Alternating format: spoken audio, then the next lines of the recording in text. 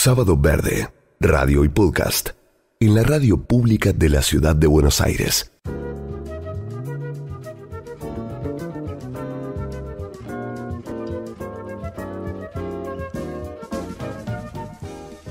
Y seguimos en Sábado Verde y recibimos y le damos la bienvenida al querido Sebastián Botticelli, que va a estar con nosotros hoy, aquí como todos los sábados, con su columna de filosofía, ¿sí? Así que, bueno, contanos, Seba, ¿qué nos trajiste hoy? ¿Qué tal, Karina? Muy buen día para la audiencia. Esta columna tiene por título Nuevas representaciones de lo humano, y hoy vamos a ir desde esas nuevas representaciones de lo humano hacia algunas cuestiones que hacen a temas políticos que tienen que ver con nuestra actualidad, pero vamos a arrancar un poco más atrás en el tiempo. Mira, dentro de lo que tiene que ver con la forma en la que se piensa la política desde la filosofía, hay una pregunta básica que recorre varios siglos para atrás, y la pregunta es la siguiente, para expresarlo de la manera más simple que me salga: ¿quién tiene que gobernar? O sea, esto quiere decir, ¿quién tiene que hacerse cargo de tomar las decisiones que afectan a la comunidad, que nos direccionan, que nos ponen en una cierta dirección, ¿no? ¿Quién tiene que asumir semejante responsabilidad? O también podríamos preguntarlo de este modo: ¿quién tiene el derecho de hacer eso? Bueno, había una forma en la que el humano se representaba a sí mismo hace algunos siglos, siempre, como aclaro, dentro de la cultura occidental, en el cual esta pregunta tenía una respuesta más bien sencilla. ¿Por qué? Porque los seres humanos se distinguían entre los que eran mejores de aquellos que no los eran. Se distinguían entre, por ponerle un nombre a esto, nobles y plebeyos, gente de sangre azul y gente de sangre de otro color, roja, negra, y otros, etcétera. Y esa superioridad de ese grupo, que por supuesto era minoritario, estaba dada o bien por una cuestión como esencial, o bien por una suerte de naturaleza, y ahora cuando usamos en esta columna la palabra naturaleza, ya sabemos que hay que ponerla entre comillas, o también por designio divino. Los reyes eran elegidos porque de alguna forma Dios los había ungido para que se situaran en ese cargo. Entonces, volviendo a la pregunta, ¿quién debe gobernar? Si lo que entendemos es que hay gente superior y gente inferior, bueno, pero ¿quién debe gobernar? ¿Quién otro podría ser? Los superiores. Eso no es lo que estaba en discusión. En todo caso, cuando el rey se moría, discutíamos quién tenía que ser su legítimo heredero, pero lo que no se ponía en discusión era el lugar del rey, ¿no? Yo estoy haciendo un recorrido en esto, y lo que voy a hacer a lo largo de estos minutos, un recorrido que es conceptual y no necesariamente histórico. Vamos a manejarnos de la cuestión, algo así como del deber ser, por ponerlo de alguna manera. Entonces, en este momento anterior, la pregunta, ¿quién debe gobernar?, se responde de esta manera. Bueno, deben gobernar los mejores, deben gobernar los nobles, debe gobernar el rey, y se acabó el problema. El rey manda y los demás obedeceremos. Ahora, ¿qué ocurre? Transcurren los siglos y esa forma de pensar a lo humano, en donde la humanidad se divide entre aquellos que son mejores y aquellos que no lo son, caduca, se quiebra, entra en crisis, y aparece una nueva representación de lo humano, que es aquella de la que nosotros somos herederos, que tiene que ver con esta idea de que los humanos somos todos libres e iguales. Esto que a nosotros nos suena, bueno, de sentido común, cuando uno lo pone en una perspectiva histórica, es casi, podríamos decir, una suerte de novedad histórica.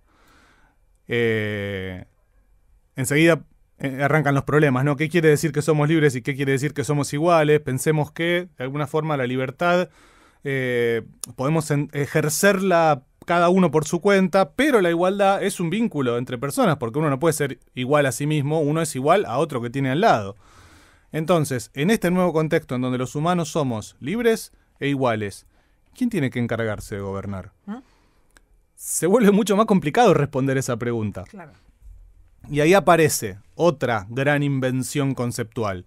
Nos estamos moviendo, por supuesto, dentro de la historia de los siglos XVII, XVIII. ¿Quién tiene que encargarse de gobernar en el momento en el cual los hombres nos pensamos a nosotros mismos como todos libres y como todos iguales? El pueblo. El pueblo es un invento de la modernidad. Pero así todo todavía no nos resuelve el problema, porque ¿quién es el pueblo? ¿Dónde está el pueblo? ¿Cómo habla el pueblo? ¿Cómo decide el pueblo? Hace falta dar un paso más, y ahí aparece este fabuloso dispositivo que es la democracia.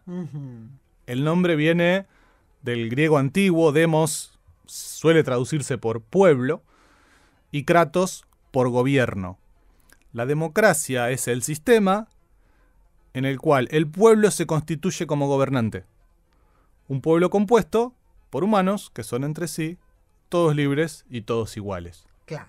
Hasta acá suena relativamente bien. Hermoso. Pero nosotros tenemos presente que esto primero es un recorrido conceptual y que las cosas nunca son tan sencillas. No. Entonces hay que seguir un poco más.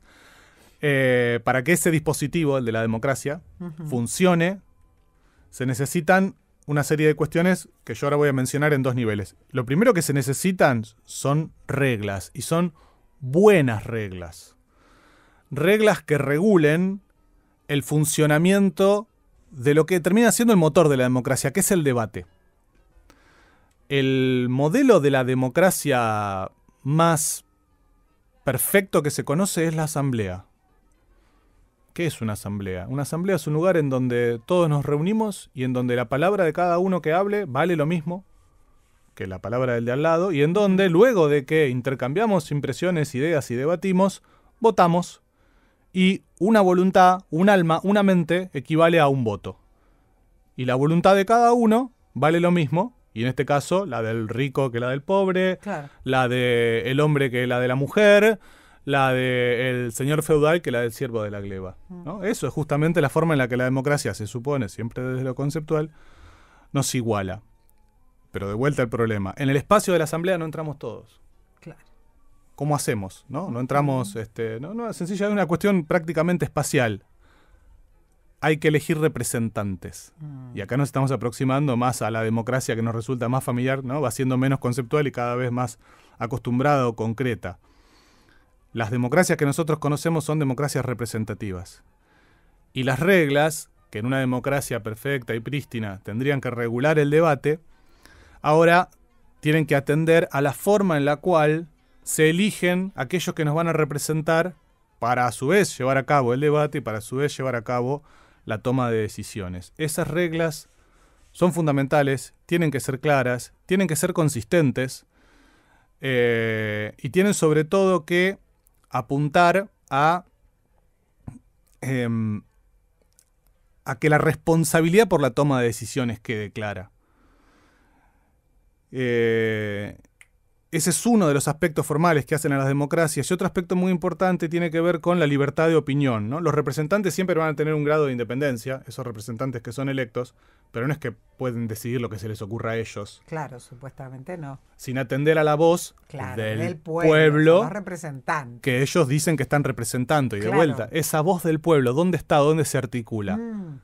En la opinión pública. Ajá, mira. Los medios de comunicación masivos desempeñan un rol fundamental dentro de las democracias. Nos vamos asomando, ¿no? Ahí Claro, hay claro. un desfiladero. Se va haciendo más actual. Se va haciendo más actual y... de lo que él debería ser, ¿no? Claro, por supuesto. Por eso decíamos, ¿no? Arrancamos de un Debería. recorrido que es del orden de lo conceptual y del orden del debería, no del orden histórico, para ir Exacto. aproximándonos a lo histórico y utilizarlo como espejo. Claro. Para medir el lugar en el que estamos, ¿no? Tratar de pensar un poco desde ese lugar. La opinión pública es fundamental como motor de la democracia. En la opinión pública los ciudadanos prácticamente tienen que estar obligados a participar.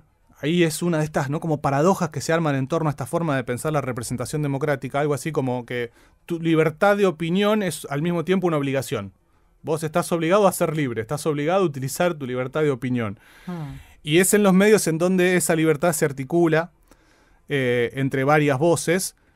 Por lo tanto, medios de comunicación responsables, abiertos, que por supuesto pueden tener su posicionamiento, pero en donde la forma de comunicar sea en principio respetuosa, después vamos a volver a esto, va a dar lugar a va a ser como una retroalimentación virtuosa de la democracia, y cuando los medios de comunicación hacen lo contrario, pues va a pasar todo lo contrario.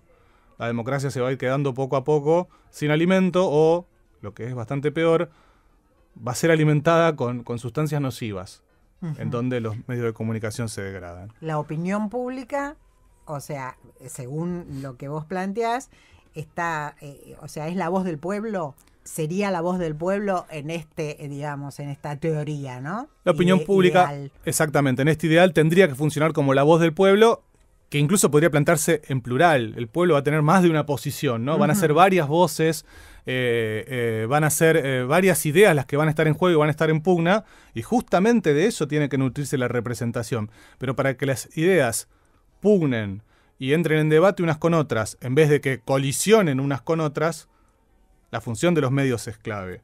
Y eso en lo que tiene que ver, nos estamos moviendo en los aspectos formales. Hay otro nivel muy importante, que es el de los aspectos que yo los entiendo más como del orden de lo cualitativo, la calidad de la democracia.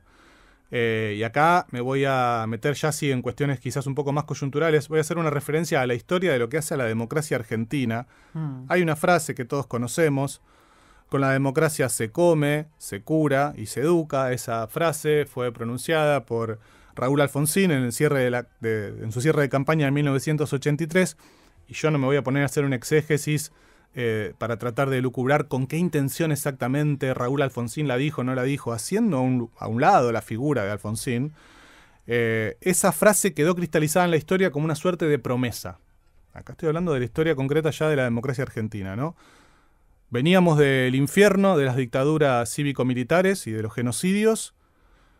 Llega la democracia y va a estar todo bien. Claro. De alguna forma ese es el planteo, ¿no? Cuando llega la democracia, vamos a poder comer, vamos a poder curarnos, vamos a poder educarnos. Por el solo hecho de que la democracia esté ahí presente. ¿Es una promesa o es lo que debería ser la democracia? Pareciera ser, yo creo, ¿no? Esto por supuesto es materia opinable, pero creo que en la historia argentina quedó cristalizado como una promesa. Y es esa promesa que 4 décadas después del regreso a la democracia se presenta, se da o se comenta como una promesa incumplida. Al final, la democracia regresó, llegó, se mantuvo y resulta que es cada vez más difícil que se den, ¿no? Estas pautas del bienestar que estaban presentes en ese discurso de 1983. Pero lo que a mí me interesa resaltar, o por lo menos jugar con esta idea, es de que esa manera de entender esta frase quizá no sea la más adecuada, la más precisa o incluso la que más nos convenga. Hay otra manera de pensar la democracia en donde la responsabilidad se invierte. No se trata de que llegue la democracia para que esté todo bien, sino que se trata de que tenemos que tratar de mejorar las condiciones para que las condiciones de vida de la gente, para que la democracia sea efectiva. Y ese tratar de mejorar las condiciones de vida de la gente no depende solamente de los representantes. Lo contrario de pensar a la democracia como una promesa es pensarla como un compromiso. Un compromiso que es personal, un compromiso que es individual y un compromiso que es con lo común. Y lo común no es aquello de lo que todos podemos disponer, sino que es aquello con lo que todos estamos comprometidos, o al menos con lo que todos debiéramos estar comprometidos. La democracia no tiene que darnos. Nosotros tenemos que darle a la democracia para que todos podamos vivir mejor. Me parece que es un camino que por lo menos vale la pena recorrer para dejarnos interrogar por él. Sábado Verde, radio y podcast, en la radio pública de la ciudad de Buenos Aires.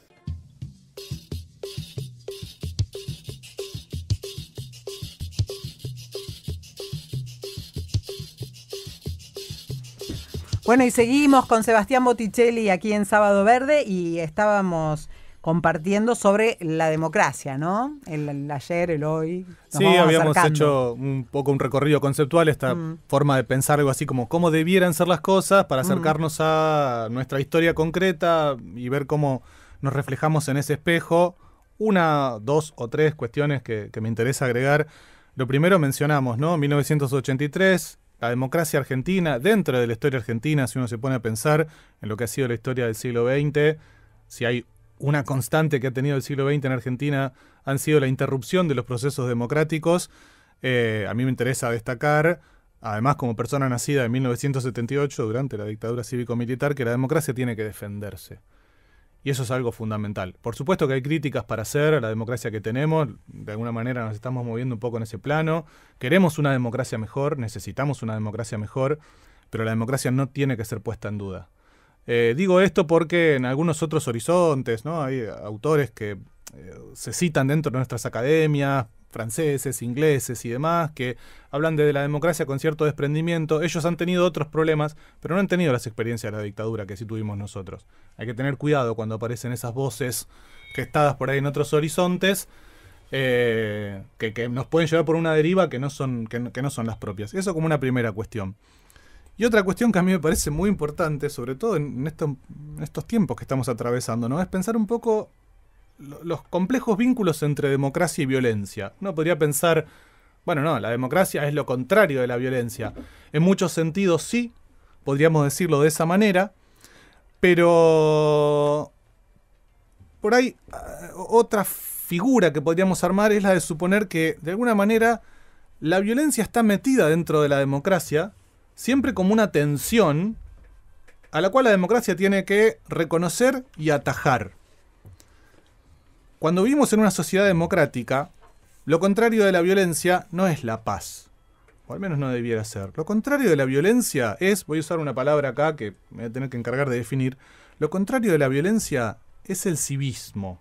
No la educación cívica, no el mero respeto de la ley por el solo respeto de la ley, no el aprenderse de memoria el preámbulo de la Constitución, no eso, sino el civismo en el sentido de reconocer al otro en tanto otro.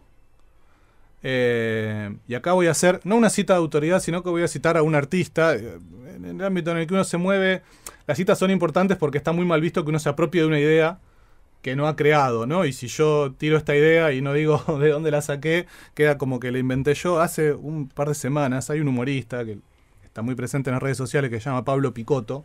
Fíjense que no voy a citar a ningún griego ni ningún alemán, no. Voy a citar a Pablo Picotto, que tiene un programa, es un humorista y tiene un personaje que se llama Osmar, que es una suerte de filósofo paraguayo. Y hace algunas semanas se viralizó, si no lo llegaron a ver, búsquenlo, la verdad, porque es muy recomendable. Un brevísimo sketch en el cual este filósofo paraguayo habla con un interlocutor supuesto que se llama Ramón, y las cosas que dice este artista, este actor, terminan teniendo una potencia que para mí va mucho más allá de lo que podemos armar estas personas como yo, por ejemplo, que desde la academia necesitamos un montón de palabras para decir una idea que por ahí queda compuesta medio en borrador. Pongo este ejemplo, ¿no? Una nota al pie. Was. ¿No? Traigo este ejemplo, me salgo un poquito de la línea, pero was, rapero, ¿no? Uno por ahí ha tenido la oportunidad incluso de escribir tesis que tienen 300 páginas sobre los problemas del capitalismo y el modo de producción y las formas de explotación y las tendencias neoliberales y demás. Y de pronto aparece Was, que es un chico que para mí viene a enseñarnos que los pibes de hoy también pueden estar enojados. Y nos dice, no hace falta gente que labure más, hace falta que con menos se pueda vivir en paz. Y no hay nada que agregar. Claro. ¿No? Bueno, un poco en esa clave es que voy a recurrir ahora a un par de frases de Osmar, el filósofo paraguayo, de Pablo Picotto, que hablando un poco de estas circunstancias que él ve que están signando nuestra actualidad, dice, voy a recuperar 3 frases, le dice a Ramón, que es su interlocutor, le dice: Ramón, si vos no soportás algo contrario a lo que vos sostenés, vos no estás pensando, Ramón, vos estás repitiendo. Habíamos hablado en el bloque anterior, ¿no? Del debate público y la importancia que eso tiene. Luego, en otro momento, Osmar le dice a Ramón, Ramón, un insulto no es un fundamento. Y lo que necesitamos son justamente para democracias más saludables y fortalecidas, opiniones fundamentadas. Y luego, en otro momento, Osmar le dice a Ramón, para que una opinión sea respetable, primero tiene que ser respetuosa. Y hay poco que agregar, ¿no? Sí. Traigo estas frases para ilustrar la cuestión del civismo y completo con esto. El civismo es la capacidad de construir vínculos que hagan a un mundo el cual vamos componiendo de manera conjunta. El civismo necesita de una deliberación que tiene que ser comprometida y que tiene que ser virtuosa en el reconocimiento del otro. Por supuesto que, y acá ¿no? La noción de democracia con este gran objetivo, la democracia se nos presenta de esta manera como una tarea que no es sencilla. Sería más fácil pensar que la democracia funcione al modo de una promesa y quedarnos sentados esperando que esa democracia nos provea de comida, cura y educación. Pero la carga es la inversa, es mucho más incómodo y muy contrario a la tendencia de los tiempos en los que vivimos, ¿no? Yo lo que propongo es pensar a la democracia. Entiendo que necesitamos pensar a la democracia como una tarea que es difícil, que es ardua, que requiere de una atención constante, que es interminable, porque nunca nos lleva a un momento de una solución definitiva, pero que es, como sociedad, el mejor horizonte al que podemos aspirar. Sebastián, gracias. Sábado Verde, radio y podcast, en la radio pública de la ciudad de Buenos Aires.